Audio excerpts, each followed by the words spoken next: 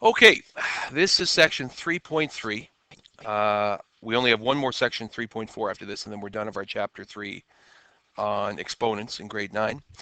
But chapter 3.3 focuses just on utilizing bed mass when we have exponents, because up until this point, we really haven't focused on using exponents in our bed mass questions. So today we're going to take a look at it.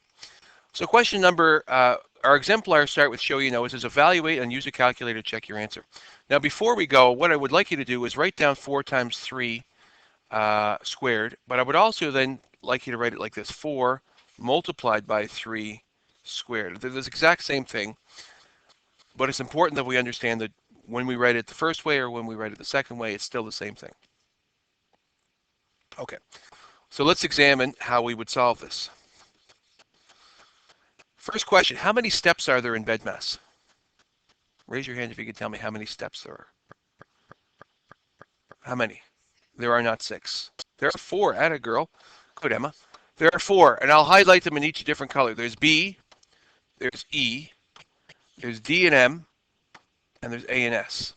There's 4 steps in bed mass. Most people think there are 6 because they think they do division first, then you would do multiplication second. But that's not true. It's division, multiplication in the order they appear from left to right, and then addition and subtraction in the order they appear from left to right.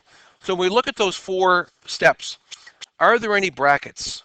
And some people would argue, yes, there are brackets. There are brackets right here, right? But when we look inside those brackets, is there anything to simplify within those brackets? No. So those brackets are not there to say do this first. Those brackets are in there to show multiplication and to separate the exponent from the base. That's it. So we don't treat that as a B. That's actually just to separate them from other things. The first thing we actually have is an E, don't we? Right there. So we're going to simplify that first. I'm going to write 4 multiplied by, instead of saying 3 squared, what is 3 squared? 9. If you say 6, you're still not getting this. And once we have that, we're going to write 4 times 9, which is 36. So notice how, are there any equal signs in my simplification? No. You don't need equal signs. You just have to simplify it underneath it, one step at a time. And that's the work you're required to show for your evaluation. For B, we have almost the exact same question. We have an exponent, we have a multiplication. So the first thing we're going to do is our exponents, our E. So we're going to say, what is negative 2 cubed? So is negative 2 my base or is 2 my base? Negative 2 is my base because it's in brackets. And what is negative 2 cubed? Negative 8, because negative 2 times negative 2 is a positive 4. And a positive 4 times negative 2 is negative 8. And then 6 times negative 8 will be negative 48. There's the work you show, though. That's exactly what you do. You copy the question, you simplify one step at a time, and you simplify it to a standard form answer. And finally, C, I don't even know why that's there. It's actually not a bed mass question. You just got one operation. What does that say? Read C to me, anybody. Go ahead. Correct. The opposite of 7 squared, and remember, and I'll just make a note of it up here, these are not the same thing, are they? Since 7 squared is 49, the opposite of that would be negative 49. And negative 7 times negative 7, which is what this says, is a positive 49. So is this going to be a positive 49 or a negative 49? It's a negative 49 when you simplify. Now let's examine one more thing. If I was to ask you to rewrite these in repeated multiplication, would you all agree that that would be the first one? Agreed? And the second one would be that one, correct? And the third one's tricky. It says the opposite of 7 squared, so we're going to say the opposite of 7 squared. Just make a note of that because it is important that you see what that would be written as in repeated multiplication, just because. Our second set of exemplars give us a little bit more of a bed mass feel to them. There's a little bit more work to be done here.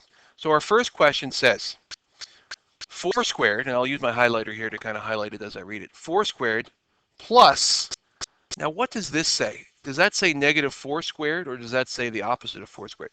Right, And I know that because are the brackets around my base or around the entire power? The entire power. So therefore, it's only being used, the brackets are only there to separate the negative sign from the addition sign. So this really says 4 squared plus the opposite of 4 squared. So 4 squared is going to be 16. And what's the opposite of 4 squared? Negative 16. So when I simplify my two powers, I get that. And Hayden, what is a 16 plus a negative 16? Is 0. So our simplification, when we solve that, is going to be just 0.